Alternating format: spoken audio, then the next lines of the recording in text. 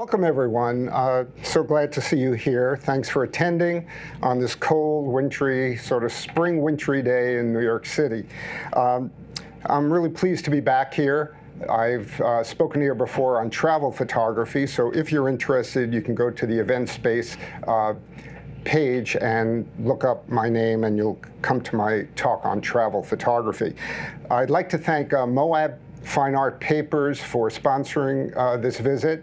And I really want to thank B&H. I don't know if you guys appreciate it as I do, having a resource that they put together that is so wonderful, such varied photographic topics and so on. So I really appreciate what B&H does for us.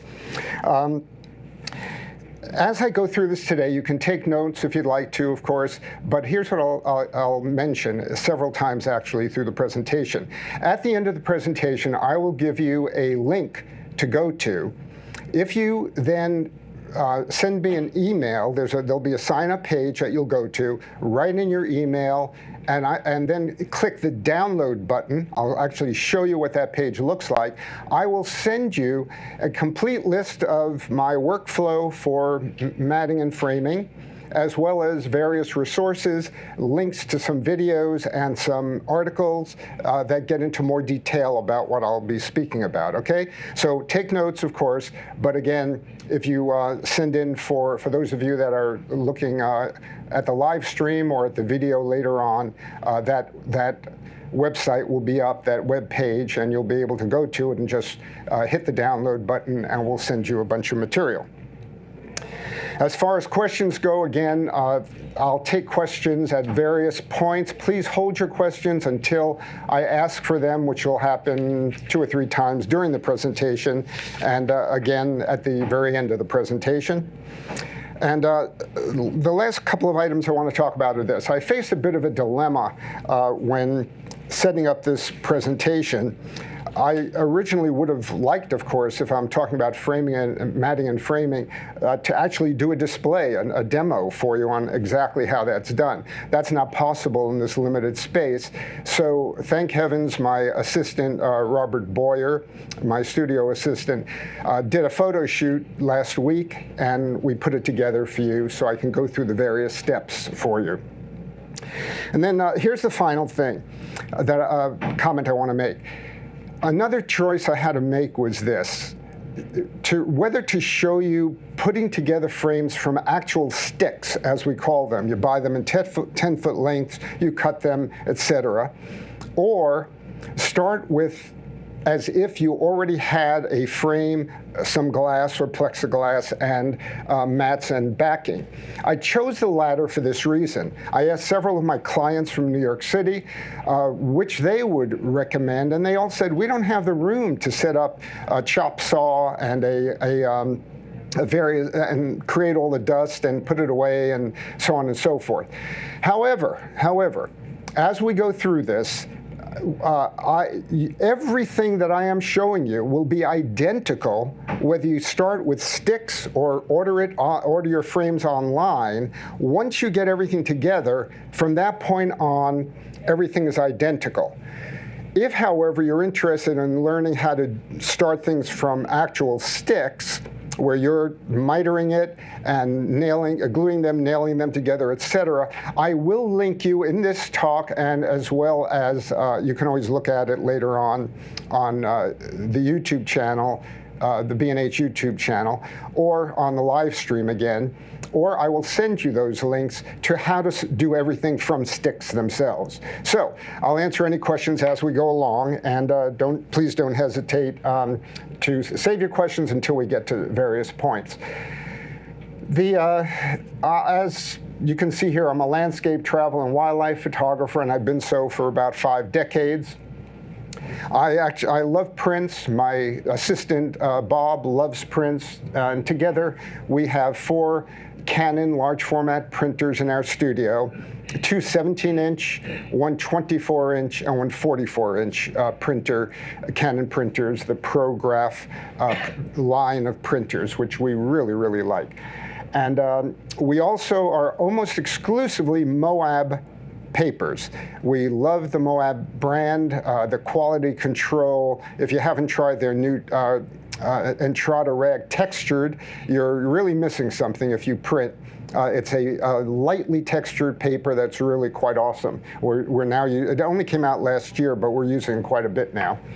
And then we're not photographing, photographing. We host workshops in our studio, small group, never more than 6 people, sometimes as few as 4. We limit it to 4 or 6. And I also host adventure tours around the world, Africa, Iceland, and all sorts of other places, Myanmar, et cetera. So let's get into the meat of this. I want to talk to you first about when not to do your own framing, okay? Three kinds of framings that we do not do ourselves, and I think you should think about this yourself before taking on items that you either are too much to do for one person or a small group, or you just can't do at home. One of them is doing large exhibitions and installations, and I'll show you an example of that. I'll show you an example of each one of these. And then specialty displays. When there are calls for specialty displays, they're hard or impossible to do at home, and what we call custom installations. Here's an installation that we did that required 60 of my prints at 30 by 40. 30 inches by 40 inches. No way was I going to put together 60 frames, but we had someone else do it for us, a professional, and then charged it through to our client. Another time we don't do our own displays or our own framing, of course, is when we do things like face-mounted plexiglass. So in this case, this was a 4-foot by 12-foot. And it's not color balanced. I apologize for that. It was taken basically with an iPhone. So this is plexiglass, a 1/2 inch thick sheet that's 4 feet by 12 feet, and that has to be special ordered with a triptych mounted to it that is a 1/4 inch thick plexi. So on something like that, you can't do that at home, so you might as well. You'll have to outsource it and hopefully find a good lab to do that. There are times when we do custom installations. We were asked in by a hospital to develop a series of installations for a traumatic brain injury unit. This is very traumatic for the families of the patient also, by the way. It's a very stressful time as these patients regain their control. So one philanthropic donor, donated a family room to the hospital where these people could sort of relax, de-stress while their loved ones are being taken care of. This was made here in New York by Dugal. It's an LED-backed backlit display, and here's what it looked like done. And that is not, people think it's a plastic or mylar or plexiglass. It's not. That's actually a fabric that is stretched along the back, along this unit, and put in very tight. And it's an amazing thing that Dugal is such a wonderful provider for us, for some of the things we do. So the Baltimore Orioles gave us an opportunity to photograph in the park. Just as a side note, I took these images. You can this is actually a pano. So I had to shoot 1, 2, and then wait for the Orioles to get a hit. But they were terrible that year. It took 7 innings for them to get men on base. And as a result, you can see the sky. I was worried about the sky disappearing. It would become fully black. But fortunately, 7th inning, they got there, and you can see the runners on base right over here. So specialty custom installations, you have to go elsewhere. So why do it yourself?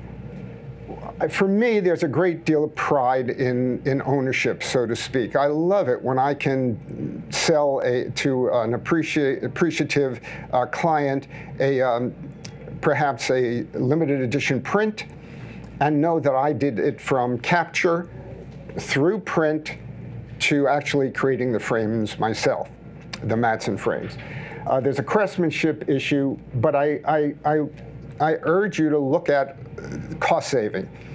In my mind, there's absolutely no cost saving in doing it yourself if you value your time at maybe above 35 cents an hour. It's very, until you develop the right set of skills, doing your own frame can take more than a couple of hours, 3-4 hours the first few times.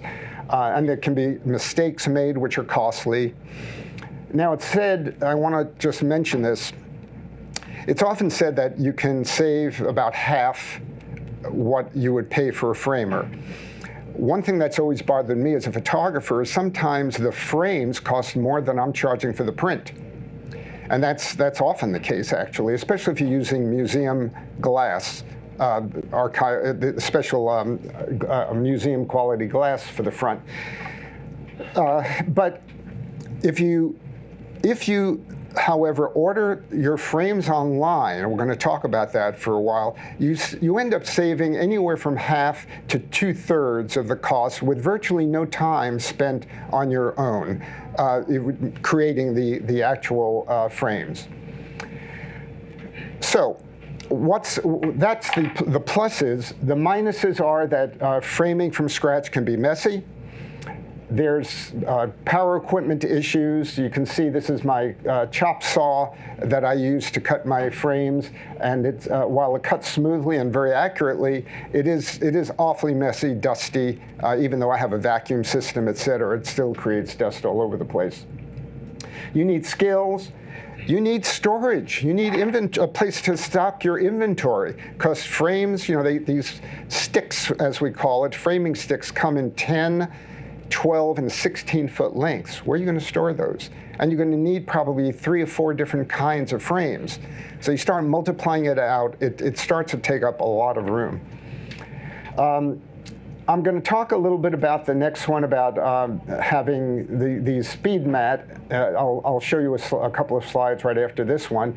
There's a lot of time involved, of course, but if you're hell-bent on doing your own frames from sticks, then I will link you to resources that are going to show you how to do that, okay? So just hang in there.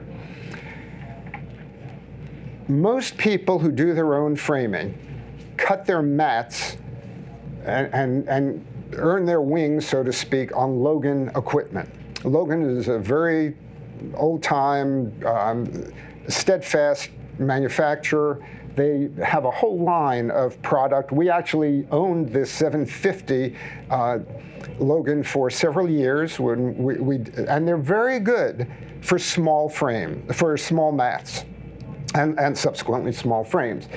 However, once you get to large mats, you're doing a 30 by 40 or a 40 by 60, and if you have enough volume, if you're doing several of these a week, or if you're running a small business where you're selling prints, even small ones, you may want to consider upping the game to a speed mat. This is in our studio. This is called Speed Mat. That's the brand name. It's an expensive item, but it is really a huge time saver, as well as cuts extremely accurate mats. So if you're interested, explore Speed Mat. Now I will tell you this, they are available on the used market. There are several companies that sell them used, and we in fact bought ours off the used market. It was reconditioned by Speed Mat, and it works absolutely perfectly. So there's not much that can break on it, but make sure it's been reconditioned by Speed Mat themselves before you invest in something like this. Let's start from this point, and I'm going to explain why. If you do order frames online, and it's really come a long, long ways, even in the past 5 years, in terms of quality, okay? If you have a large, you're doing an exhibit in a library or whatever, you have 25 prints you have to do, I would urge you to explore buying your frames and your glass and mats online. But even if not, if you're starting from plain sticks, either painted or unpainted, at some point you're going to end up with this assemblage. You're going to have your frame. You're going to have your plexiglass or your whether this be plexiglass or actual glass. You're going to need 2 mats. If you double mat, I encourage everyone here to double mat. It looks far more professional and classy if you double mat. Of course, if you're selling 8.5 by 11s or giving them as gifts, single mats are fine. But if you're really looking for a fine art look, I recommend double or triple matting. I was actually at an exhibit here in New York about 2 years ago when I was here for PPE and for Photo Plus, and there was a woman who stacked 10 or more mats from wide, so it sort of focused your eye into the image. The image ended up being like a postcard size, but the frames were huge. And it was kind of a novel way to frame your prints. You'll have here are the 2 mats, and then you need a backing board. So you're going to have that, and if you order online, these will come sort of as a package. You can ask them to leave one or more of these out, and save money. For example, if you can cut plexiglass or glass yourself. But let me tell you something: cutting glass is not easy. It's dangerous, and getting precise cuts can be tricky until you get some experience with it. And then also they will send the wire that the frame will hang with. They will include these little brackets that the wire loops through, as well as the stand-ins that hold the whole package in place. And I'm going to talk more about that in just a moment. So once you have this package, you're going to face some tool needs, right? And this is really kind of a basic kit. Even by ordering frames on your own, this is the basic kit. And what I'm not showing here, but I would like to point out to you, is you notice this brush here, camel's hair brush. Critical. I would rather substitute other equipment than that, and I'm going to show you why in a little bit. But I also always have a vacuum with a brush on it at my side while I'm doing framing, always. And I'll show you why, again, as we go along. So all of these things I'll be showing you how they're used. The hammer, I must say, is when Bob was doing the shoot, that was the one that was readily available. The hammer I use when I'm framing is literally half that size. All you have to use it for is to do some slight taps of your retaining clips. Otherwise, you really don't need the hammer, and you certainly don't need one that large. You also need some materials, linen tape to hold the mats together, and you'll also need linen tape to hold the mats to the backing board. I'll show you how that's done. And you may need linen tape. I say you may need linen tape to adhere the print itself to the backing board. Some people, however, use corners, little corners that stick to the backing board, and then you just tuck the print in. We don't like to do that, but it's a perfectly viable way to mat and frame your prints if you're inclined to do that. So all of this stuff here, I'll explain to you as we move along, but these are the materials that you need.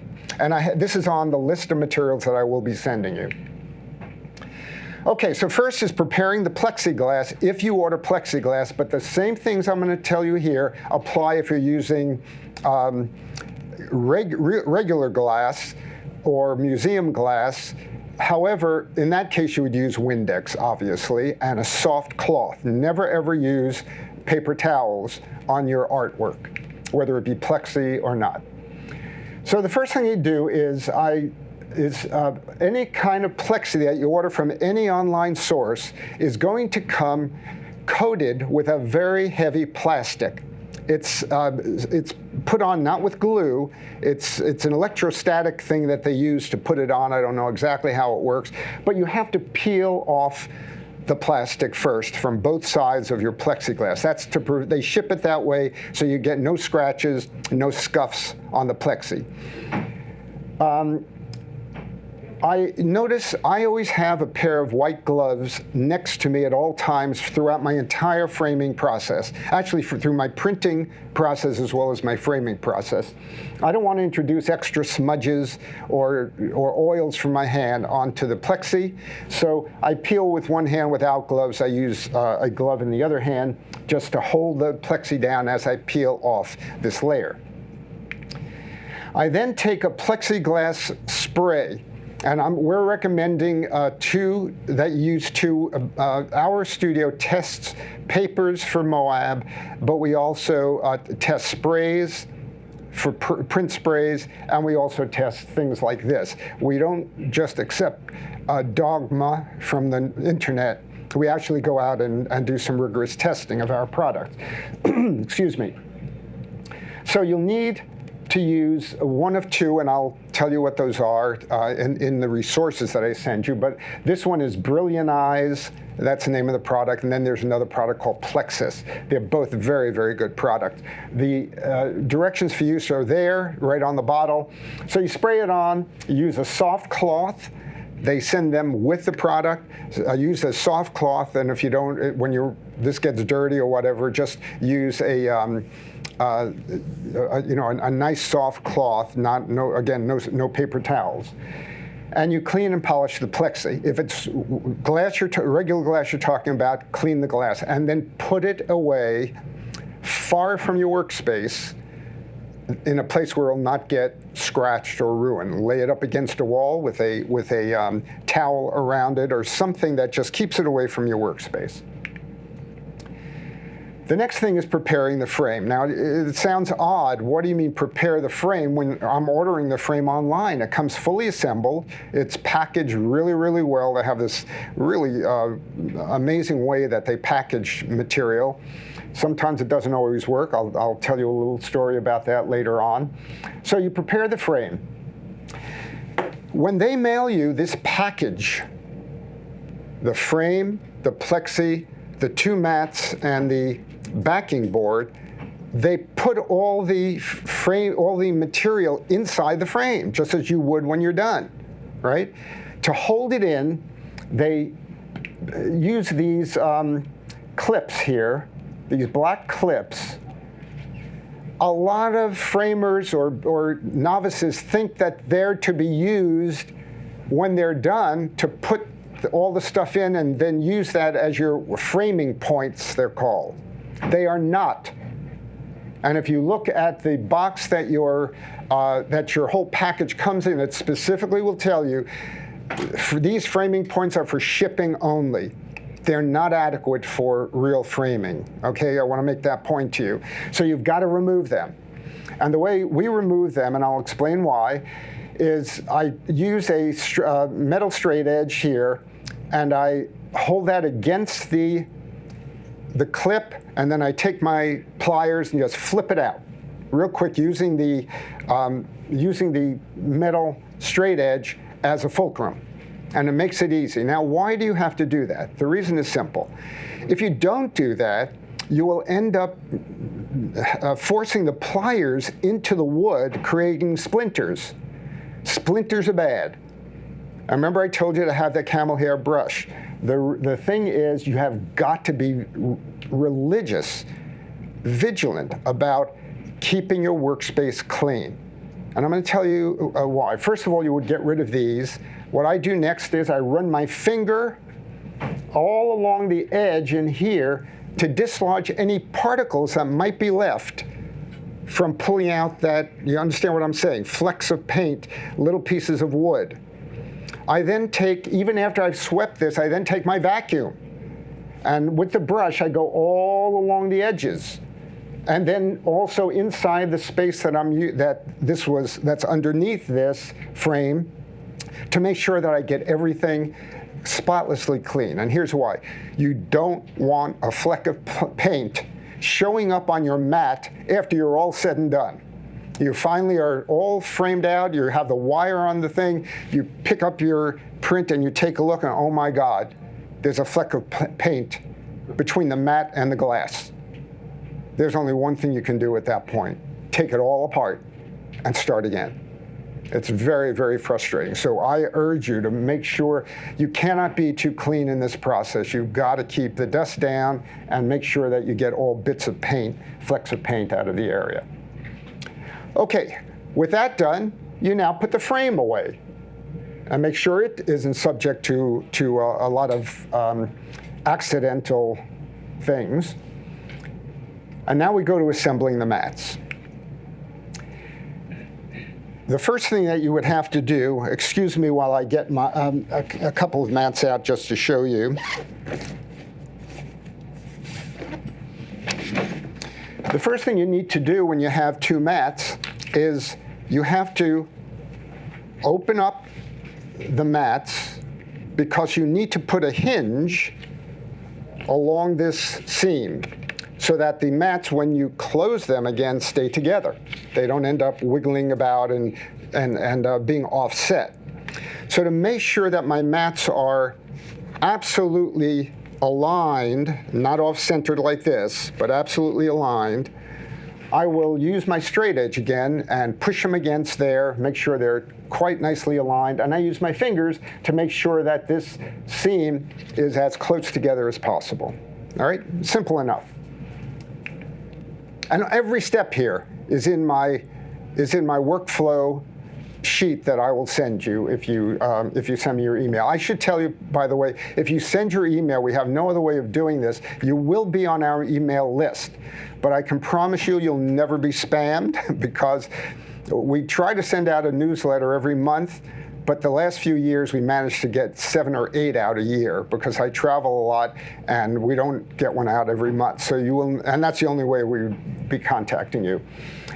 The next thing is to cut the linen tape.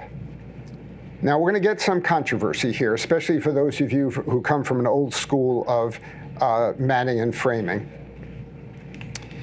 A lot of people still will run a strip all the way down this seam. And that's fine. If you want to do that, that's fine. We generally do not. What we do is cut 3 strips or 4 strips, depending upon how long the mat is, and we'll put 1, 2, 3, or else 1 and 2 in the middle and 1 at the edge to hold the mats together. All right? And that's what you see me doing here, is putting down the linen tape. And you buy that on Amazon or I'm not sure if B&H sells it, but perhaps they do. And then once that's done, watch my hands here. You then, using gloves, you will then press down on and secure the 2 mats together. Now you notice I didn't use gloves on the previous one because I'm using areas that won't show. I'm actually, right, I'm putting tape on areas that won't show. My fingerprints here won't make a difference, and here they won't make a difference because the top mat will cover, right? But when I press down on now, once they're together, I'm pressing down on mat that will show. I don't want to get any fingerprints, any oils, or any indentations on there at all. So I use my gloves once again. Right? So that's that. You just press down, make sure that joint is firm. The next thing you have to do, now that you have 2 mats that are together, you're going to need to get them affixed somehow to the backboard, to the backing board, as we call it. Backboard is basketball, right? Yeah. All right, so we've got to affix it with a similar kind of hinging arrangement, but there's a problem. There's a problem with that. The thickness of these 2 mats will never equal the thickness of the backing board. The backing board's going to be thicker than 2 mats put together, and you can't adhere them neatly. So what we suggest, and that was actually in the list of materials at the beginning here, you now need to find a scrap of mat board to build it up. 1 or 2 pieces of mat board as scraps, put them underneath. I'm just showing it to you here. It doesn't stay here. Watch the next image. You slide the extra mat board underneath your two frames. These are your two mats together. Here's the backing board. Slide it under so that the two entities, the mats and the backing board, are equal. They're same level, same height. And then, okay, what's going on here? There we go. And then you hinge the mat to the backing board in the same way that you did before. So you notice now they're even, and I just put down this. Again, I'm not wearing gloves because nothing will show. This is the back of the mats. Here's the backing board, which will, of course, not show. It's going to be blocked by the mats and the print. Everybody with me so far? Okay. So here I'm just showing again how to hinge the mat to the backing board.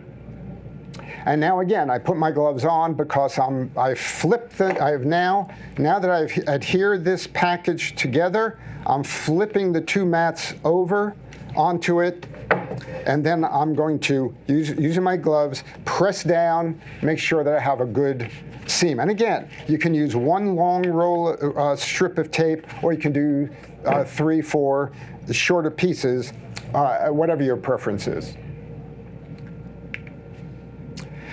Okay, next stumbling block. Curled prints. How many of you run into that? Okay, if you're printing on rolled paper, you're going to run into it all the time. If you're going to be using sheet paper, you usually don't run into it unless you're using 17 by 22 and above. If you're doing large sheet papers, you will still, if you leave it out long enough hanging around, it will oftentimes curl. That's your enemy.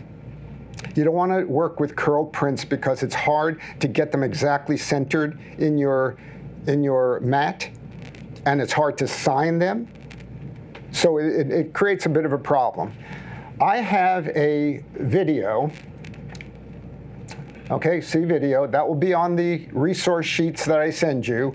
I have a video that shows you how to make your own reverse curl machine, if you will, tool.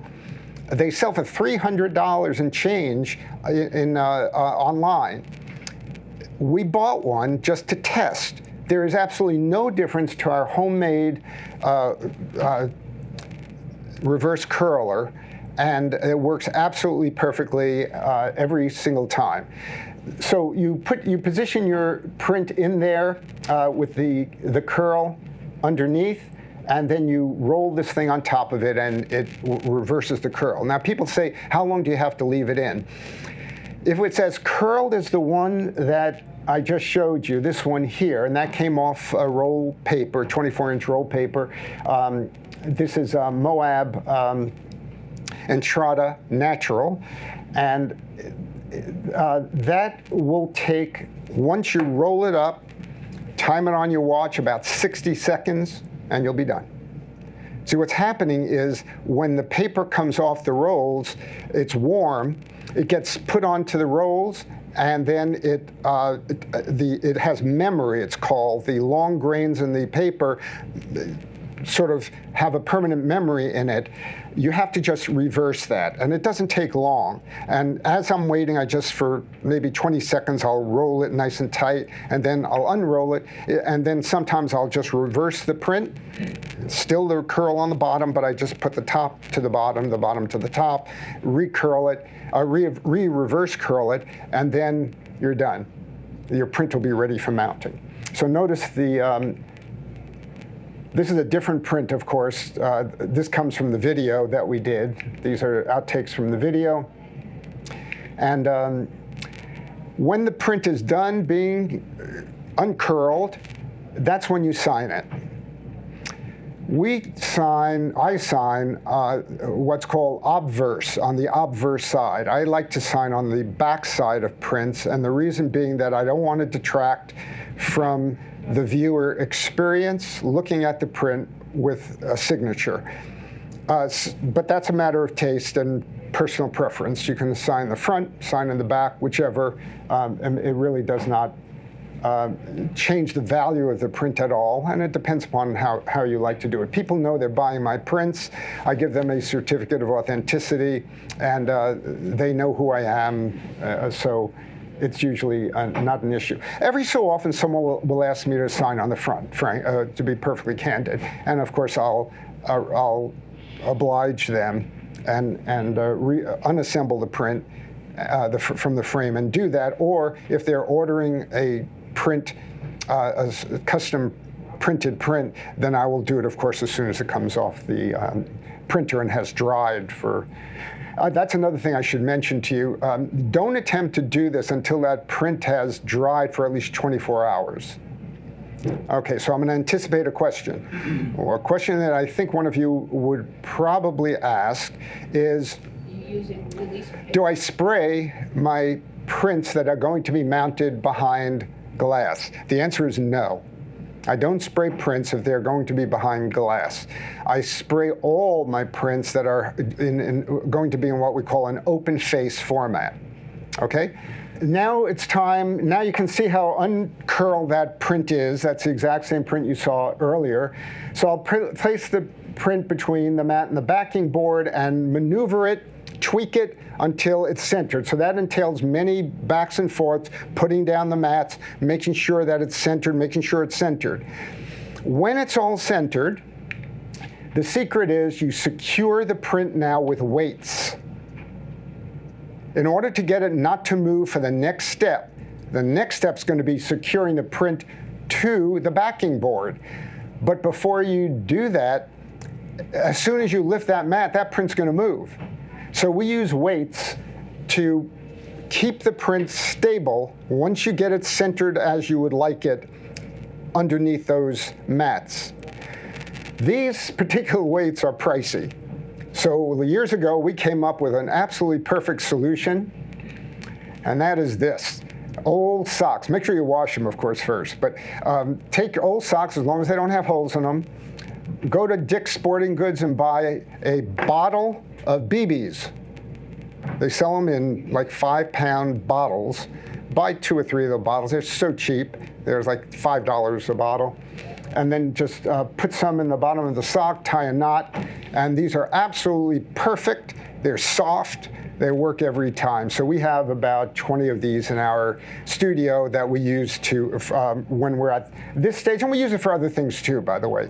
But these are pretty invaluable. So either spend the money for these fancy ones, or else go for the less expensive route. All right, now that the mat is secured, you've got the issue of securing the print itself to the backing board. Another controversy here. A lot of framers will not ever let tape touch the front of a print, and that's a valid concern. Okay, so you can either, if we do that, and we only do it sometimes, because I want to show you 2 ways. You would only adhere about 1/8 inch of that to the print, and the rest of the tape goes onto the backing board. The tape's easy to come off, but it will cause some damage, a very, very slight amount of damage to the border of the print.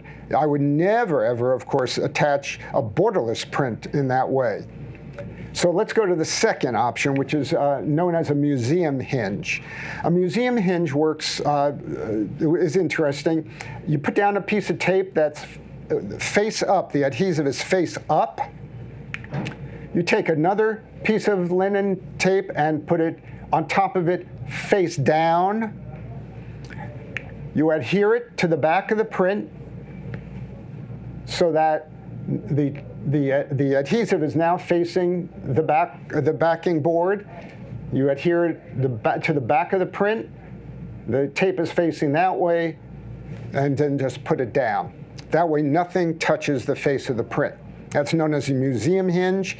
We'll be doing a video on exactly how to do that, and you would use perhaps 3 of those to hold the print to the backing board, so the print doesn't move, of course, within the mats.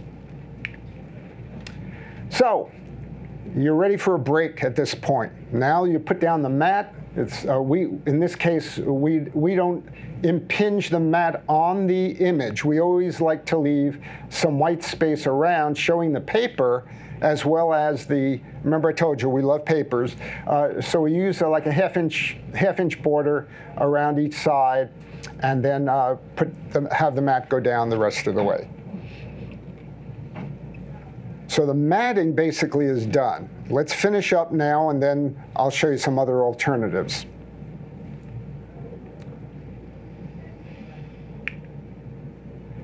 Clean your debris off the mat. At this point, again, I cannot tell you this. Now, remember, I am doing this for you while Bob, my assistant, is photographing this all, right? So I wasn't fully paying attention, but I do have to tell you, gently clean your mat with your camel's hair brush, and then vacuum. It never hurts. Never hurts to do the vacuuming. Now, anyone notice the error here? This is a screw up on my part. I'm not wearing my gloves. I almost always am careful to wear my gloves when I touch the front of anything that's going to show to the client. All right, but so I should have been wearing gloves here. That's my bad. I apologize. But anyway, take the whole print at that point. Put your glass, of course, your clean glass into your clean frame. Put your print in there, right? What I do at that point is I stamp it with my branding, Les Picker Fine Art Photography, and my website, always on the lower left of my frame. Top's up there, bottom's over here. And now you're going to secure the print and mounting hardware. But first, before we do that, I'm sorry, we're going to do that. Now, one of the things that's a plus about using an online framing source is that they give you these wonderful clips. It requires that there be a groove cut all the way down the framing, the backside of the framing sticks. So if you make your own frames, they will not come with that groove. So you'll use a different method of framing, of using points, which I'll show you in a moment. But if you go to online, these are great points to use. They really clip evenly and neatly. They clip in all the way up the frame, all the way around the frame, and they hold beautifully. You can only get them out, if you need to get them out, by taking a screwdriver and just putting it underneath here and just quickly flicking it, and it comes out. It's no real problem, but it goes in nice and easy. Then I take my smaller hammer, please. This is the one that was available when we photographed, and just do a few little taps. And I'm going to show you why in a moment. But you want to make sure that there's no bump as you go from here to here. You want to make sure that that lies as close to the wood as is humanly possible. If you are doing your own framing from sticks and you do not have that groove that goes into the back of the wood, then you'll probably use a Logan framing point gun. It's sort of like a staple gun. You load it up, and it shoots in these triangular, long triangular points that have a good grip. When you do that, not only do you have to press the gun against the edge of the frame, but you should press down slightly. You don't have to press down a lot, but press down as you do that, and so that it holds that package, that sandwich, really nicely. Okay, next step. Now we're going to put on the dust cover on the back. This is not required, folks. If you're going to give something as a gift, maybe, or you're selling something, an 8.5 by 11 at a gift shop, you may not want to put the effort into it. We, however, always do. We believe that a framed image is not done until it's dust covered. I'm assuming you would agree with that. Yeah. So there are two or more different ways to do it. One way is to buy a roll of double-sided tape, make sure it's archival tape. I mean, it doesn't have to be. It's not going to touch your print, but they sell it, is what I'm saying. And you put it down the whole length of the stick on all 4 sides, and then you peel off the backing part of it, ready for the dust cover paper. We use the Scotch ATG gun. It's very inexpensive. Comes with 3 rolls of tape. That'll last you a good long time, unless you're doing huge frames. And it makes putting on this tape so much simpler. It comes off this roll as double-sided. You don't have to peel. You don't have to make sure everything is perfectly even. All right, with this done, you're now ready to affix your dust cover. So here's what I recommend. Measure your frame. So let's say in this case, the frame you're looking at me measuring, working on here is 31 inches square. It's a 31-inch square frame.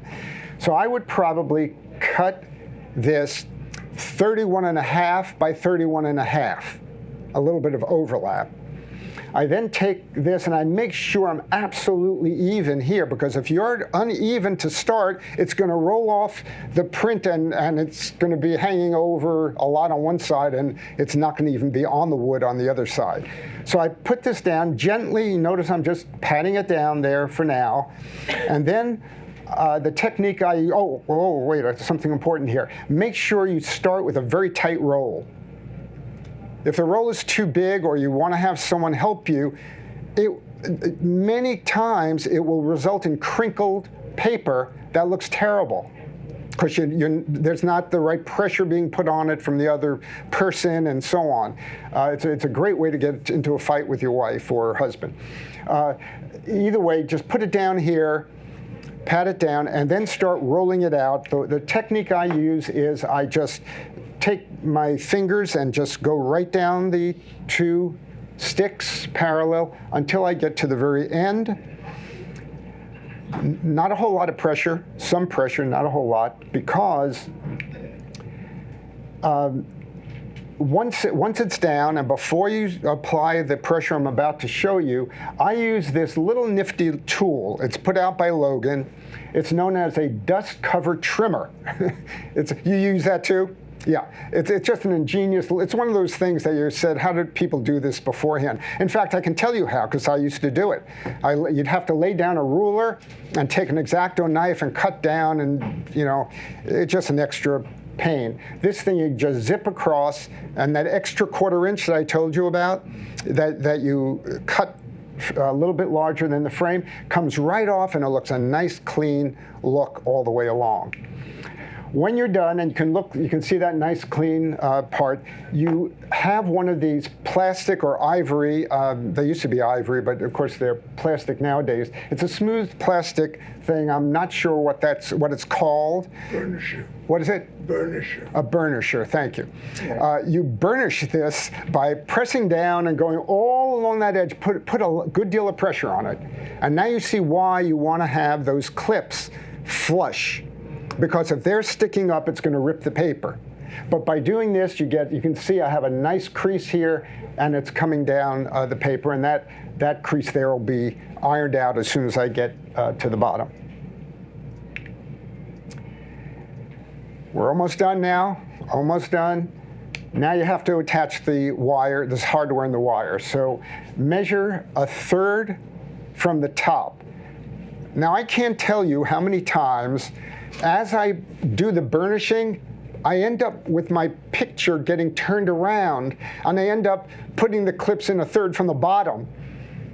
It can happen, folks. So what I'm suggesting is that you make sure that you're, lift up your frame, make sure that it's putting 1/3 from the top, make your mark.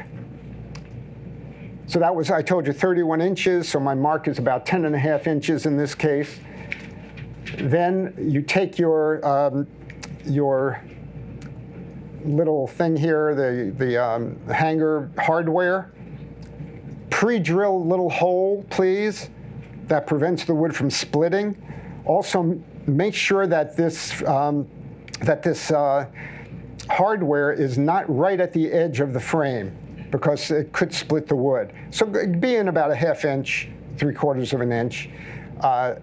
in from the edge of the frame, and then a third of the way down, pre-drill the hole, and then put in the two, make sure they're at the same height. Take some of the wire, enough for 4 or 5 twists. Twist it nice and neat as you possibly can get. Put on the other side, do the same. We add tape to ours because, you know, the ends of that wire have a little threads on it, that wire threads that can really puncture the skin. We just do that, usually with black tape, but sometimes we use this kind of tape just for this demo.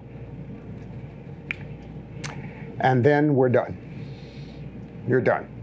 You have then just finished your first frame. But guys, this is horribly embarrassing, but I'm going to show it to you anyway. You know, these are the blunders that happen behind BTSs, right?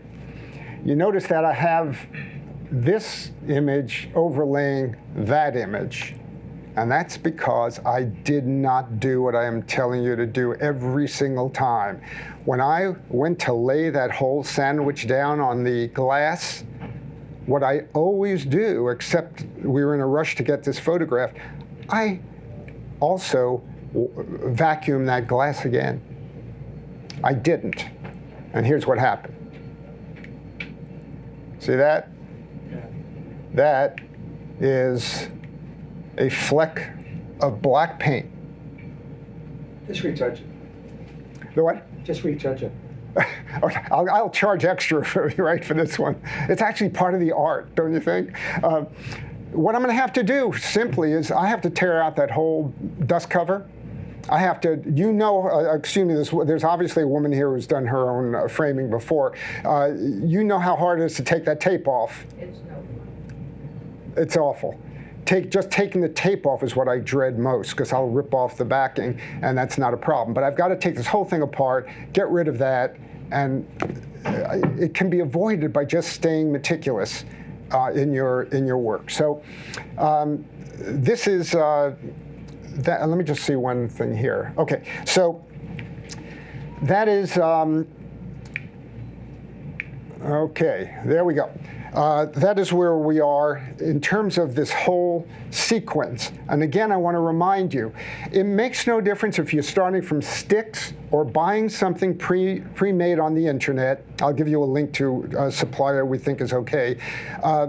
But once you have all your materials together, everything I've shown you is identical. The cleaning of the glass or plexi, the mat, the hinging and construction, the backing board, the framing pins, and so on. Everything, the dust cover, the hardware, everything from that point on is the same.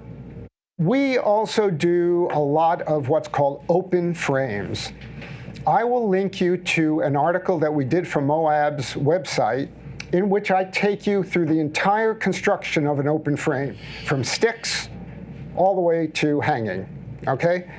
Open frames are a wonderful option for your clients or relatives or whomever, or for your home, because they avoid the necessity for glass in front.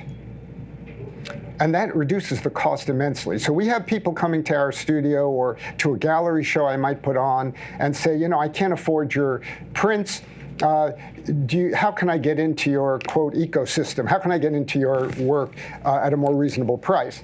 And this is one way, folks. If you want to do this, it's simply, the frame is adhered to gator board, rigid gator board.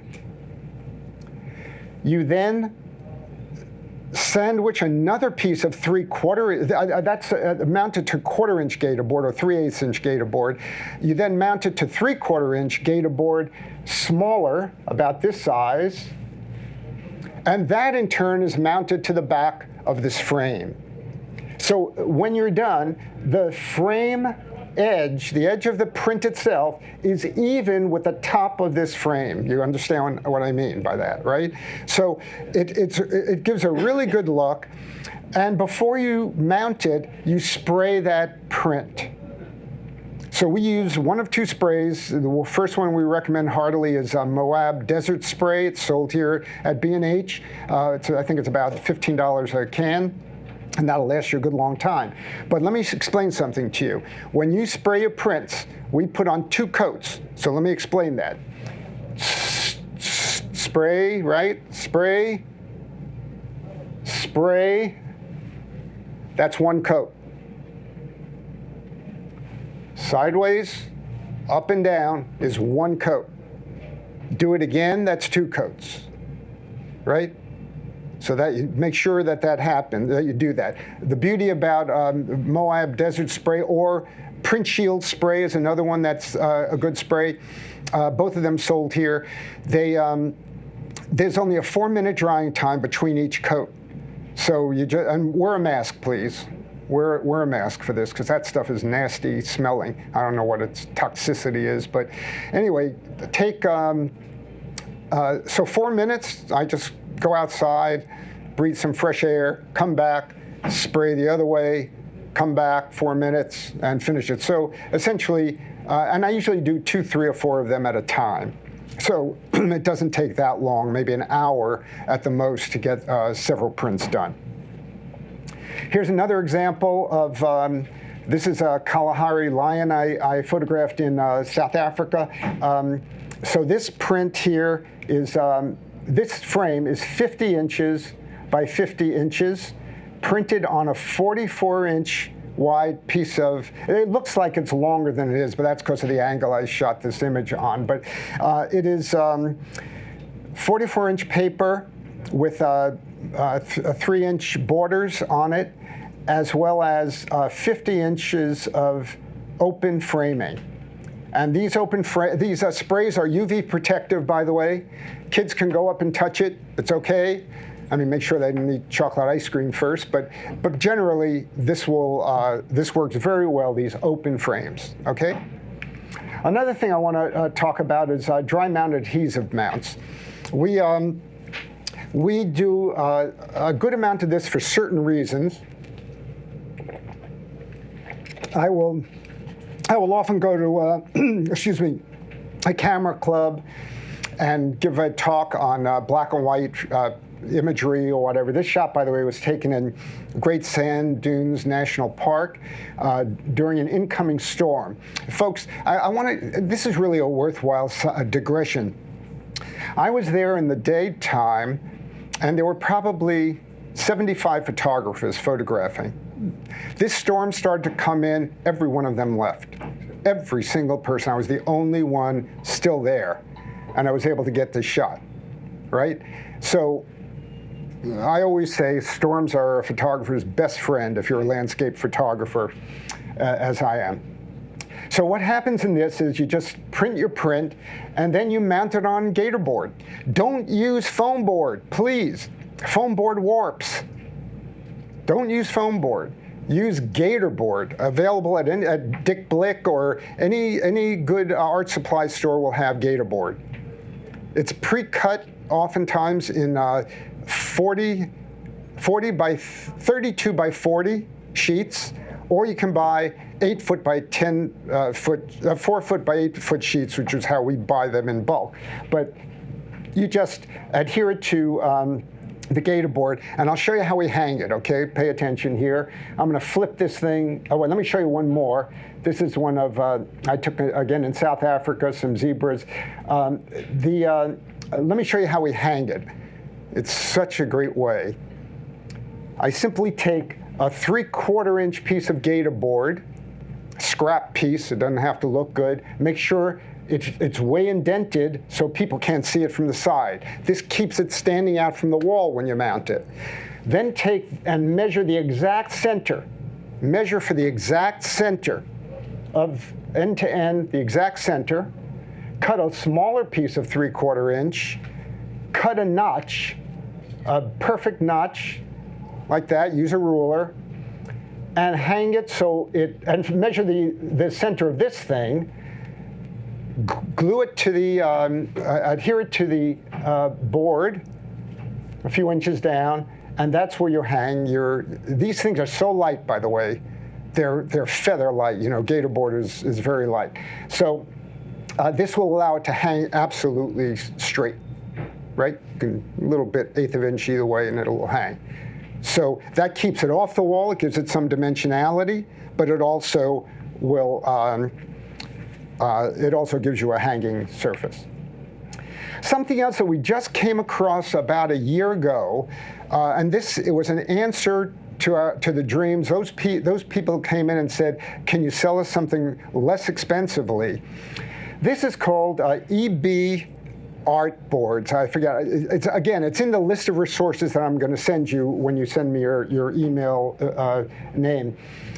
It comes in 3/4 and 1.5 inch thicknesses, but here's the beauty of it. It has a self-adhesive on it. You just peel it back. What we do is we peel it back 1 inch and make a nice crease for that. Take your print, put it on top gently, and then put your hand under it and with a gloved hand, pull out your sheet and keep on smoothing it down. Then press it down nice and even, or use a roller to press it down nice and even, and then you trim it. It's perfect. I mean, these things cost anywhere from $35 to $70, and you're done. They come with a hanging kit already for it. It's a pretty nifty way to go. If you're looking for something, you can put any kind of print on there: glossy, semi-gloss, matte print. It really works quite well. And again, I'll send you the list to it. I took this morning at 4:30 in the morning so I could catch the train up here. But so excuse it. It's a iPhone shot. But this is a way of presenting your material that's catching on. It's already caught on, I should say. It's become really big, of having a small image with a lot of space around it. And in this case, this African elephant. So that works pretty well. Our client asked us to sign the mat on it, so I did that. Another thing that we do every year, we have a portfolio development workshop. It's a 3-day workshop at our studio. We only accept 4 photographers to it. You have to apply. So these are usually people with a good amount of, a good body of work, I should say, to their name. And then we create these portfolios. These are handmade with wood. There's no cardboard in this. They're really a gorgeous presentation.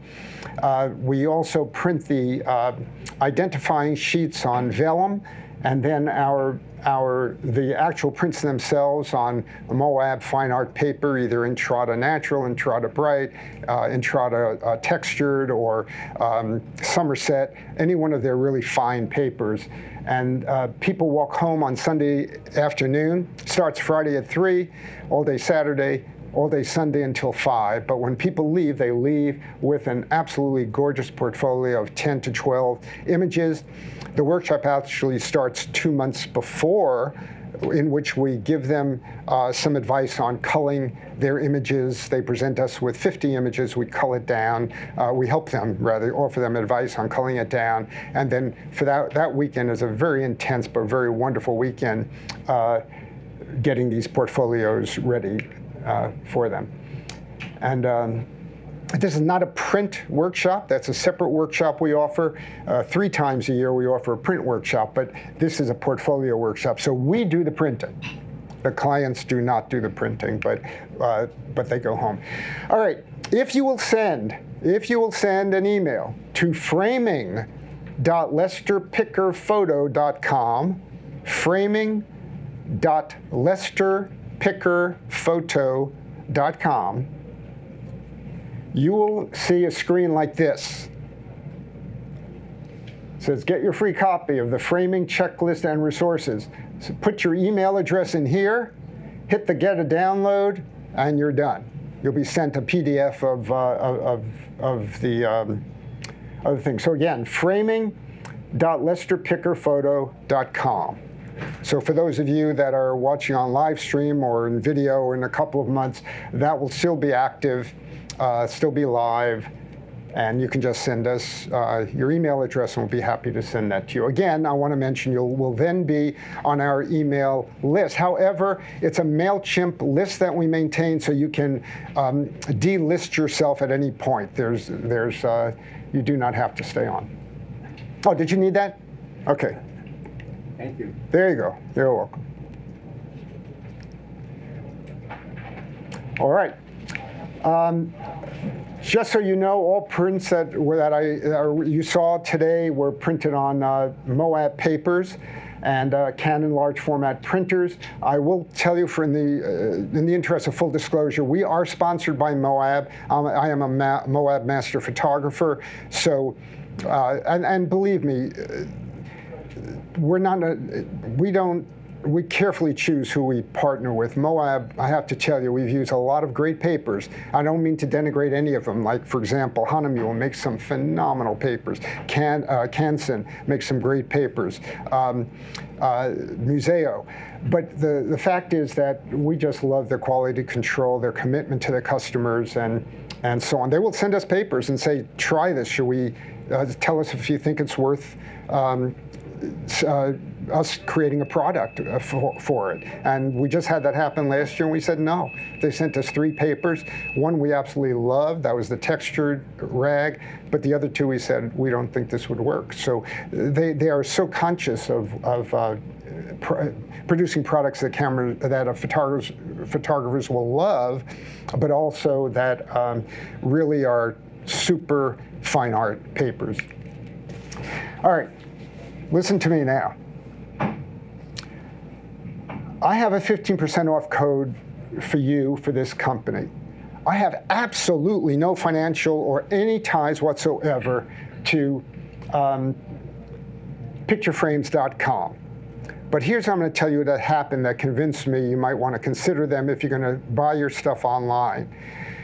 We ordered 30 frames from them for an exhibit that we had to get done quickly. I couldn't do that in the time allotted. They mailed it to us within a few days. It arrived, and one of the crates was damaged. 2 frames were irreparably damaged in there. I called them. They were apologetic. It wasn't their fault. It was the freight company's fault. I saw how they delivered. It was terrible. But they said, we will replace it. They had it in the mail that day, and then we received it 2 days later.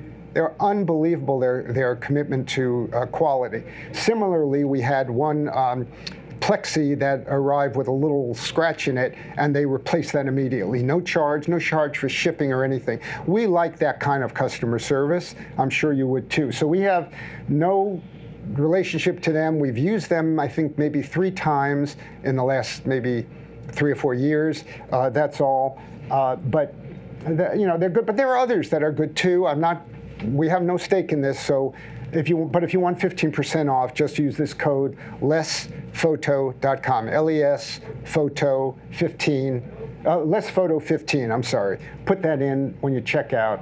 And this is good till the end of this year. So those of you who are watching on video, it's only good till December 31st of 2018. That's it, folks. I wanted to thank you so much. For those who are watching live stream, I'll say goodbye. Thank you for watching, and I really appreciate those of you who came out on a miserable day today in New York. Thanks so much.